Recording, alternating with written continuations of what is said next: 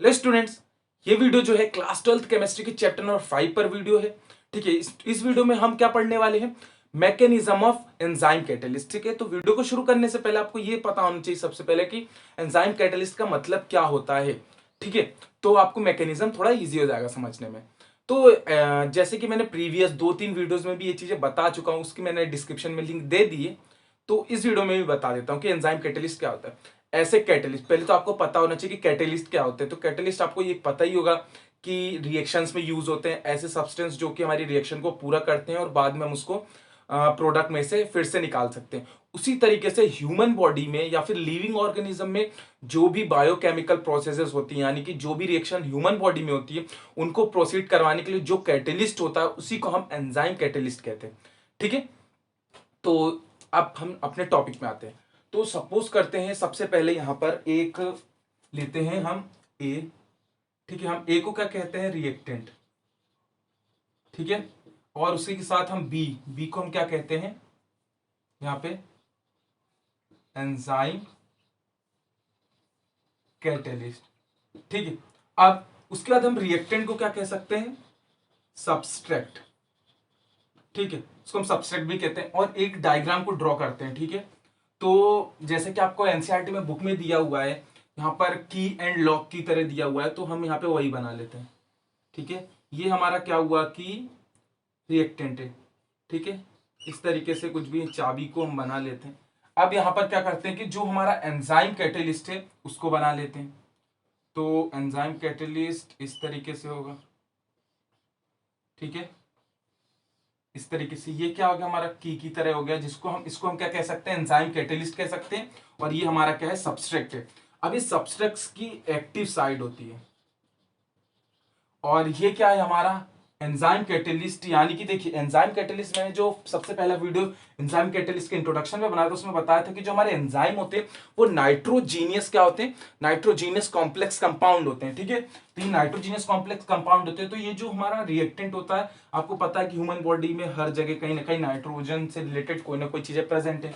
तो वहां पे क्या करता है कि अब इसकी एक्टिव साइड में जहां पर ये नाइट्रोजन बेस्ड सब्सटेंस है, जहां पर उसको कुछ भी मिलता है नाइट्रोजन से रिलेटेड, तो ये क्या करता है? या फिर इसके साथ रिएक्ट कर लेता है, इसके साथ रिएक्ट करता है। ठीक है, इसके साथ रिएक्ट करता है, इसको रिएक्शन को पूरा करवाने में हेल्प करता है। रिएक्ट नहीं करता बट पूरा करवाने में इसको हेल्प करता है। ठीक है, तो जैसे कि ताले और चाबी का आप एग्जांपल ले रहे थे, वही मैं बता रहा हूं कि आपके घर में क्या है? की है और लॉक है। तो आप की और लॉक को लगा के और कहीं बाहर चले जाते हैं की को निकाल के। ठीक है, तो जो की का काम है वो क्या है कि सिर्फ लॉक को लगाना, उसके साथ तो फिट नहीं हो जाता है। जैसे आप लॉक को लगाया, अब इसका काम क्या होगा कि लॉक का, कि आपके घर को सेफ रखे। तो यही है कि आपके घर को सेफ रखने में की वहां पे एक बहुत ही इंपॉर्टेंट रोल प्ले कर रहा है, इसको लॉक कर रहा है। ठीक है, अब ये क्या होगा कि पूरी जब रिएक्शन होगी, मतलब इन दोनों की रिएक्शन होगी, तो यहां पर एक क्या बना लेगा? यहाँ पे कॉम्प्लेक्स बनाता है। क्या बनाता है? कॉम्प्लेक्स। ठीक है, तो यहाँ पे जब ये कॉम्प्लेक्स बनाएगा तो इस तरीके से होगा, आपको पता ही है। ठीक है, यहाँ पे फिट हो जाएगी चाबी आके। ठीक है, इस तरीके से डायग्राम थोड़ा अच्छा नहीं बन रहा है, फिर भी कोई दिक्कत नहीं। ये क्या होता है? हमारा बीच वाली स्टेप होती है, जिसको हम क्या कहते हैं? Enzyme subtract complex. ठीक है, एंजाइम सबस्ट्रेट कॉम्प्लेक्स कहते हैं। और लास्ट में क्या होता है कि हमारा जो एंजाइम है वो अलग हो जाता है। ठीक है, और जो हमारा यहां पर क्या होगा कि प्रोडक्ट बन जाता है। ठीक है, प्रोडक्ट कुछ भी हो सकता है, दो प्रोडक्ट बन जाता है। ठीक है, अकॉर्डिंग टू बुक में भी ऐसा ही है, इसलिए मैंने भी बना दिया। इसको मैं सी और डी दे देता हूं, ये हमारे क्या हो गए? प्रोडक्ट हो गए। तो इस तरीके से हमारी ये मैकेनिज्म होती है कैटलिस्ट की। अब इसी को बुक में 2 स्टेप में लिखा हुआ है। ठीक है, उसी चीज को मैं आपको समझाता हूं। तो स्टेप 1 में क्या होता है? स्टेप 1 में ये होता है कि जो हमारा ये दोनों है रिएक्ट करके, और सॉरी, एक दूसरे में कंबाइन होकर हमारा क्या बनाते हैं? एंजाइम सबस्ट्रेट कॉम्प्लेक्स बनाते हैं। तो स्टेप 1 में यही है कि binding of enzyme to substrate and form a activated complex. ठीक है, स्टेप 2 में क्या होता है? ठीक है, और स्टेप 2 में क्या होता है कि वही जो हमारा एंजाइम सबस्ट्रेट कॉम्प्लेक्स है, ये क्या होता है कि प्रोडक्ट में कन्वर्ट हो जाता है। तो यहाँ पे क्या लिखते हैं, डीकम्पोजिशन